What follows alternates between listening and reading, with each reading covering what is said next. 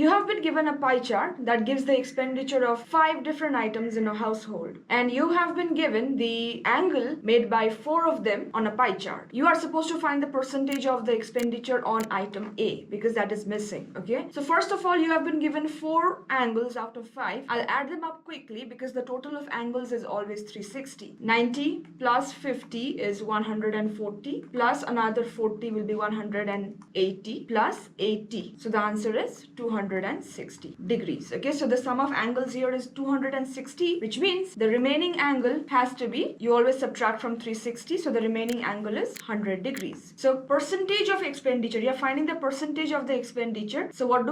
Is we want to see how much is this 100 degrees out of the total 360, and because we are finding percentage, don't forget to times it by 100. So it's pretty easy. You can just do your calculation and then you have the answer. 4 times 9 is 36, 4 times 25 is 100. So what do we get is just 250 upon 9. So the answer is option D. It's very simple. You have been given 3 statements here. P times Q can be an odd number, Q times P can be prime number, and P plus Q can be a prime number. What's the scenario here? P is a prime number and Q is a composite number. So you want to see P, if it's a prime number, then prime number begins at 2. It's the only even prime number. So the rest are all odd numbers. Yeah. Similarly, if you look at the composite number, the first composite number is 4, followed by 6, then 8, 9, and so on. Question tells you to verify if these statements are correct. P times Q can be an odd number. Can it be an odd number? Yes, because to find the product odd, the product is always odd when you are multiplying 2 odd numbers, and it is possible that both P and Q can be odd, right? So it is possible. Can as in you have an option, yeah? So Q upon P, if you divide a composite number by a prime number, then you can just try with any pair, like 6 divided by 3, you get a prime number, yeah? So therefore it is possible again that when you divide a composite by a prime number, the answer is a prime number. Now P plus Q can be a prime number, definitely. Why not? If you take the sum of 2 numbers like 3 plus 4, 7, or you can just try with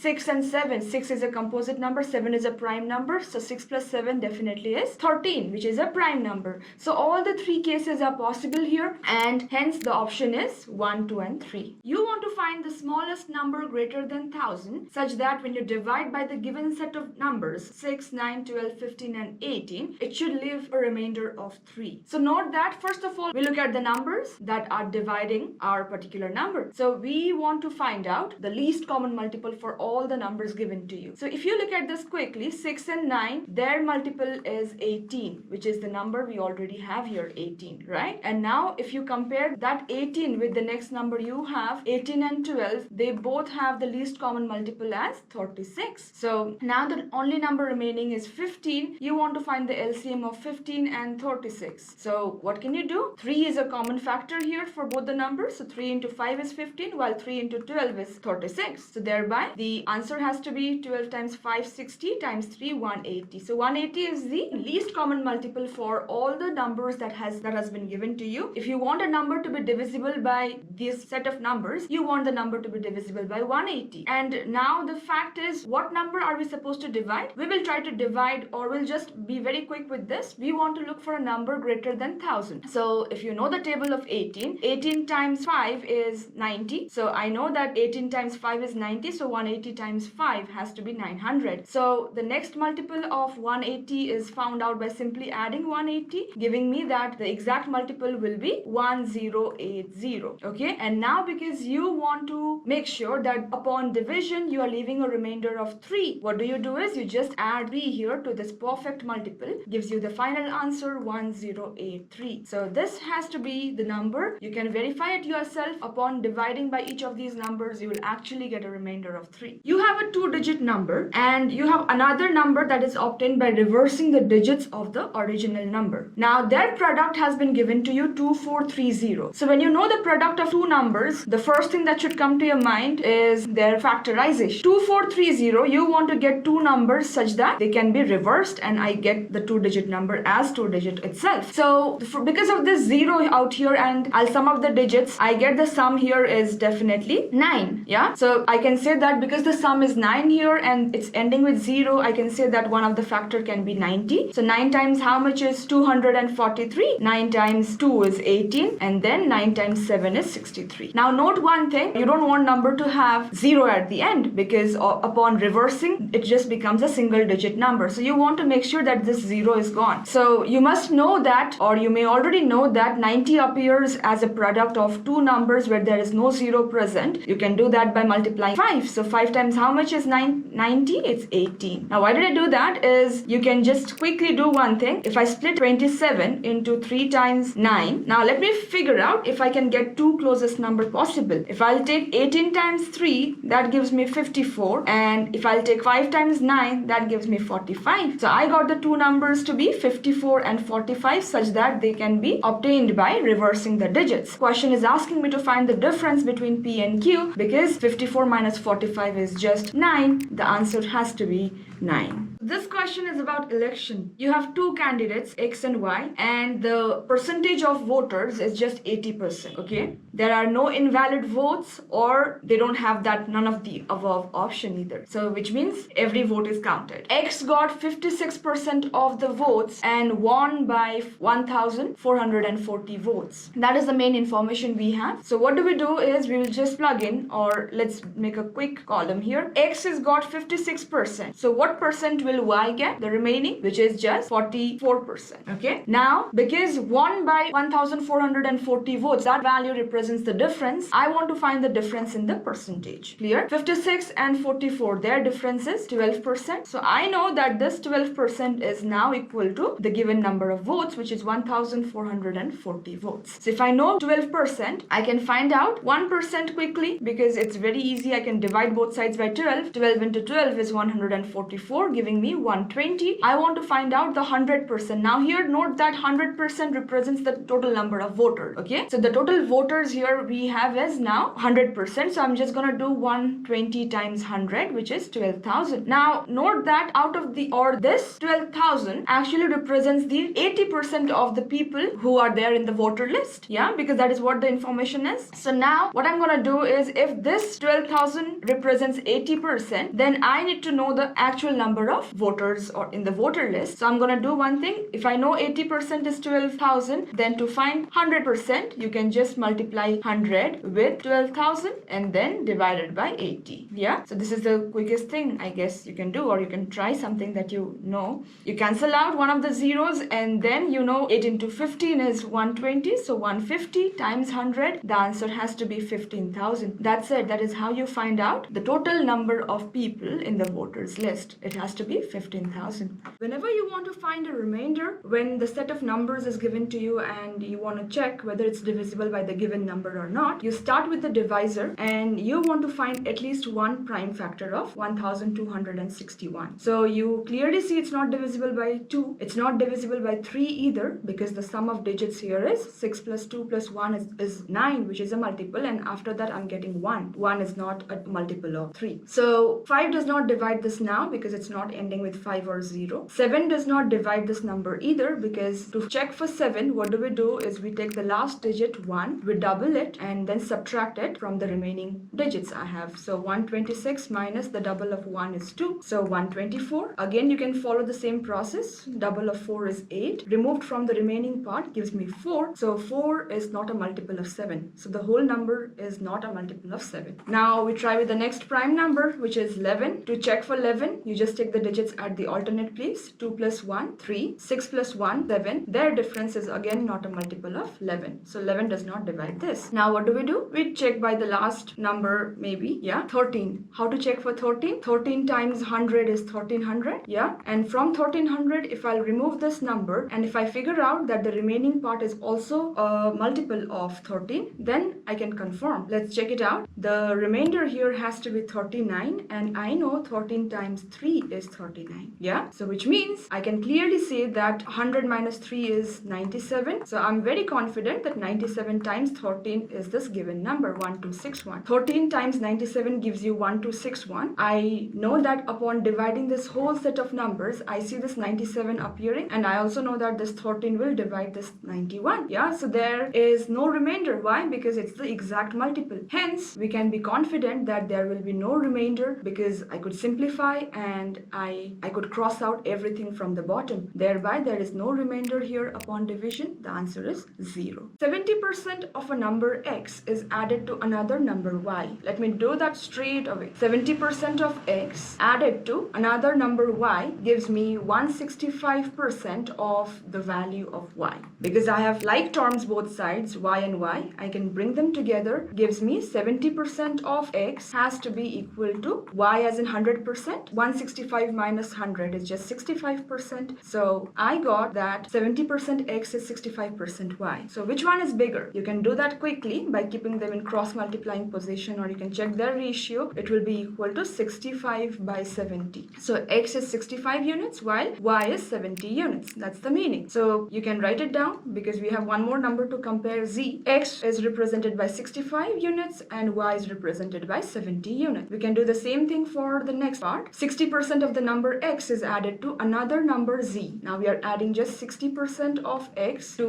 100% of z. That gives me 165% of z. So again, we'll follow the same method, which tells me that z and z comes one side. So 60% of x has to be equal to 65% of z. Again, you can do the same process. You check their ratio. Clearly, x now represents 65 units while z represents 60 units. If I'll go back to where I was comparing x and y, I was clearly writing x as 65 units itself. So z has to be 60 units. Hence, I can say that z is the smallest value followed by x followed by y. That is how you can order the three unknown numbers provided that percentages are being compared. You have a rectangle of length 20 centimeters and breadth 8 centimeters. You have two statements given. It is possible to cut the sheet exactly into 4 square sheets. Now note that question has not told you to cut it into 4 equal square sheets. So let's check it out if I can actually cut out into 4 square sheets possible. 20 and 8, let me represent this quickly. So I'm using this 5 boxes to represent 20 units here, okay, or 20 centimeters, and this is 8. So you want to cut it into 4 squares. Is it possible? I think it is. Why? Because if this is 8, I can cut this into a square box like this, 8 into 8. Yeah, this has to be 8. Another such square of the same units, 8 times 8. And lastly, the remaining part is a rectangle. I can cut that into 2 equal squares. So yes, the statement is correct. I have divided that rectangle into 4 square sheets. Now the next statement is to cut the sheet into 10 triangular sheets of equal area. Now a triangle is always half the area of a rectangle. So because I want to get 10 triangles, first of all I'll divide into 5 rectangles, which is possible. 5 equal rectangles, and now I'm gonna half each of the rectangles to get the triangle, and that is done by joining the diagonals like this. So you clearly see you will get 10 triangles of equal area. You can verify it with the given values, and yes, you will get that all of them are equal. Yeah, diagrammatically it looks equal. So it is possible. So both the statements are correct. So the answer is both 1 and 2. Both of them is possible. This question appeared in UPSC CSAT exam, and I'm very happy to do this question because I've told you a lot of times that anything that increases by 25% followed by a decrease of 20%, that gives you a no net change. Meaning you increase by 25%, it becomes 125%, and then you decrease by 20%, then the price now becomes 80%. Thereby, upon multiplying this, what you exactly get is 10,000. So 10,000, and because they were both percentages, 100 times 100 is also 10,000, giving you no net change. So because the question tells you followed again by a 10% increment, you can just go blindly and say that the answer is 10% increase.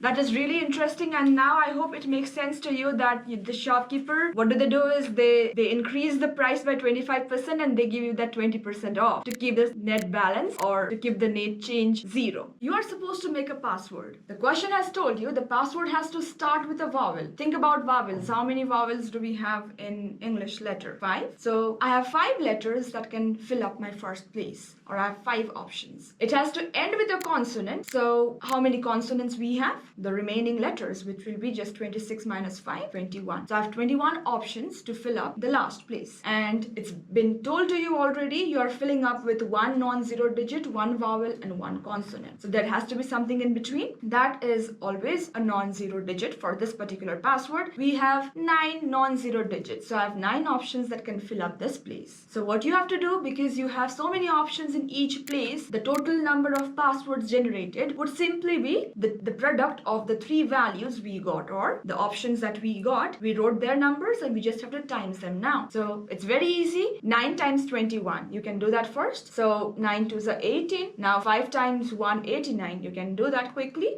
The answer is 945. So this has to be the answer. So this is how you can actually approach questions like this without having to know any concept for permutation and combination. You are arranging 5 letters such that there are exactly 2 letters between A and E. Now note one thing, if you have to make sure that there are 2 letters between A and E, so the first place can be A or E, while the last place, the fourth place here has to be one of the remaining. So because I'm saying that I have 2 options to fill up this place, and while I'll have just 1 place to fill up the fourth place because it's just out of the 2. Think about the remaining letters here. So I have 3 letters that I can fill up in this place, while I have 2 letters filling up this place. There is one last digit to fill. Now that letter could be placed at the end. I have one option here. That letter could be placed at the end, while the other option I have is I could place it at the front as well. Okay, so I have 2 options for this particular letter to fill up. It will either fill up the first place or it will fill up the last, because the other 4 will form a bundle. So how many possibilities? Just multiply the numbers you got. 2 times 3 is 6, times 2 is 12, times 2 is 24. So the answer is 24. This is actually an easy question, but there is somehow we end up going wrong. 2 friends X and Y start running and they run together for 50 meters in the same direction. So let me say that this is the starting point and they are going in one direction for 50 meters. So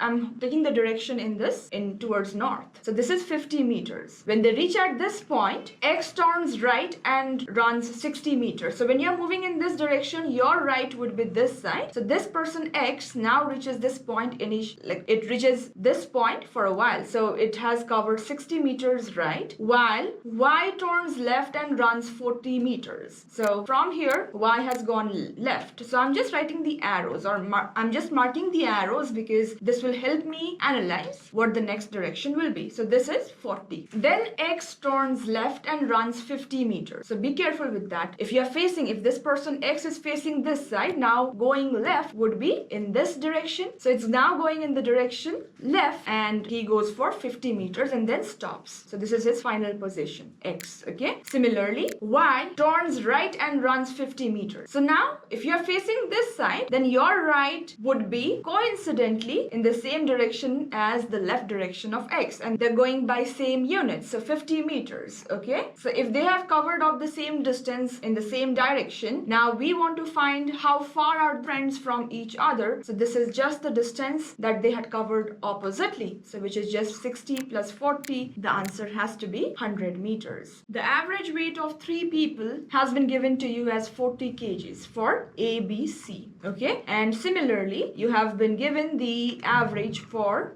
B, D, E, that is 42 kgs. Now, the main important thing that we have is the weight of F is equal to that of B. So what I'm going to do is, instead of this B, because you see that the B's value has been considered in both the cases, I'm going to go ahead and swap this B by F because their weight will be equal. So their average will have to be equal. Or upon swapping B, upon replacing B's value by F's value, the average won't change. So now question wants you to find the average weight of A, B, C, D, E, and F. So note that A, B, C has been included here. D, E, F has been included here. So what's the average of all 6? Don't go ahead and do anything else other than just taking the 2 values we have and finding the average of the 2 values. Remember, finding the average of 2 as in sum of 2 divided by 2, because I'm just taking 2 values. So it has to be 82, or you can be very clear about this, 40 and 42. What lies in between? There has to be only one number, 41. That's it, 41 kgs. You look at this sequence, the values are increasing. So it has to be definitely not linear. So I'm going to try with powers, okay? I look at the numbers 2, 12, 36. They are kind of closest to the cube numbers. Think of cube of 1, which is 1. Cube of 2 is 8. Cube of 3 is 27. So I want to analyze if there is any pattern here. So the first number is obtained by adding 1. The second number is obtained by adding 4. 4. The third number is obtained by adding 9. Now look at these numbers. What are they? They happen to be your square numbers. So this is cube and this is a square number. 8 is a cube of 2 and this 4 is a square of 2. So it is quite clear that the first number has to be a cube number followed by the square number of the respective position. The cube of 4 is 64. So 64 plus the square of 4 is 16. So 64 plus 16 is 80. So we have landed on getting the pattern here. The next number has to be the cube of 5, which is 125, and the square of 5, which is 25. So that has given me the sum 150, which is the next number. So logically, the next number has to be the cube of 6 added to the square of 6, which is 216, which is the cube of 6 added to 36. So when I'll do that, 216 plus 36 is how much? It has to be 252, correct? So this number is in my option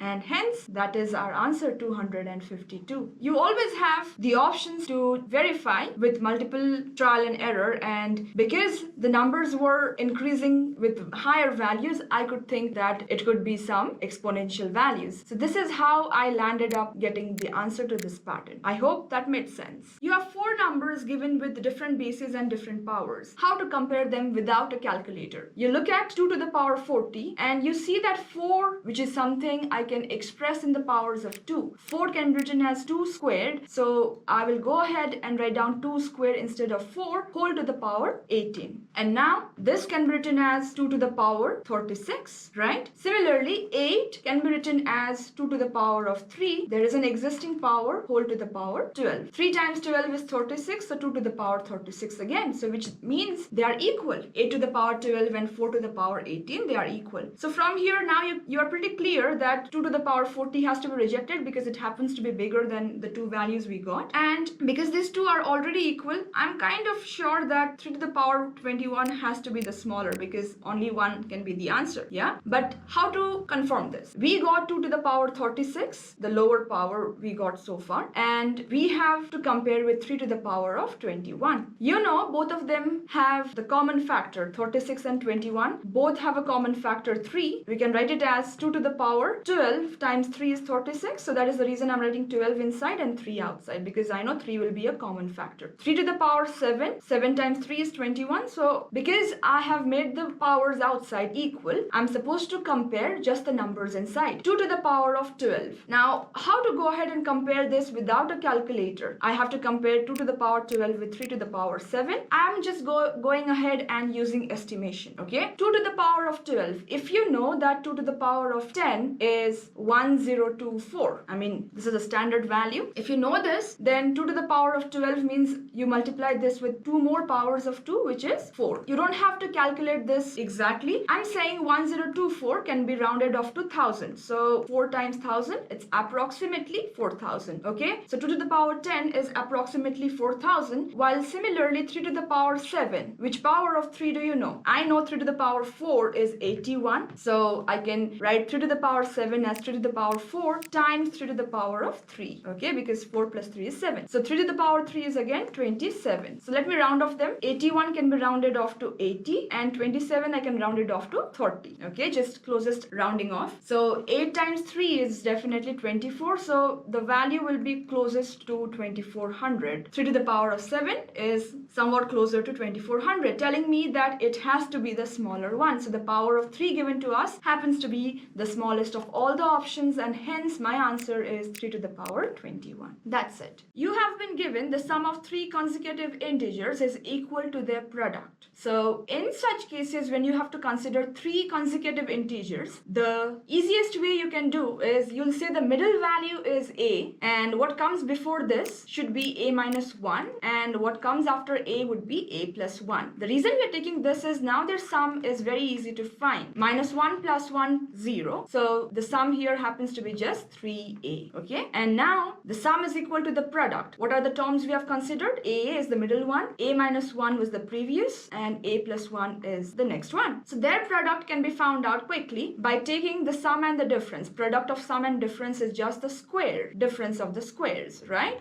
So a square minus 1. So this is the product of three numbers. You can keep it as it is, or you can just go ahead and simplify, which gives you a cube minus a. Okay. Now, according to the information, this product is equal to the sum. So what happens when you take this all one side? You get a cube minus a minus 3a is minus 4a, which is equal to 0. Now, what is the quickest way we can solve this is you take out a common, you get a squared minus 4. A squared minus 4 is again the difference of two squares, which can be expressed as the sum of the two values. 4 is a square of 2 and the difference of the same two values. It gives me three possible values for a. A can be either 0, the value outside, or it can be equal to plus 2 or minus 2. So you have three options for a, not more than that. Thereby, we can be assured that there can be exactly three possibilities and not more than that. Okay, so that is how you approach questions like this, and that's it. What is the number of numbers of the form 0.xy where x and y are distinct non-zero digits? So you want to write something as 0.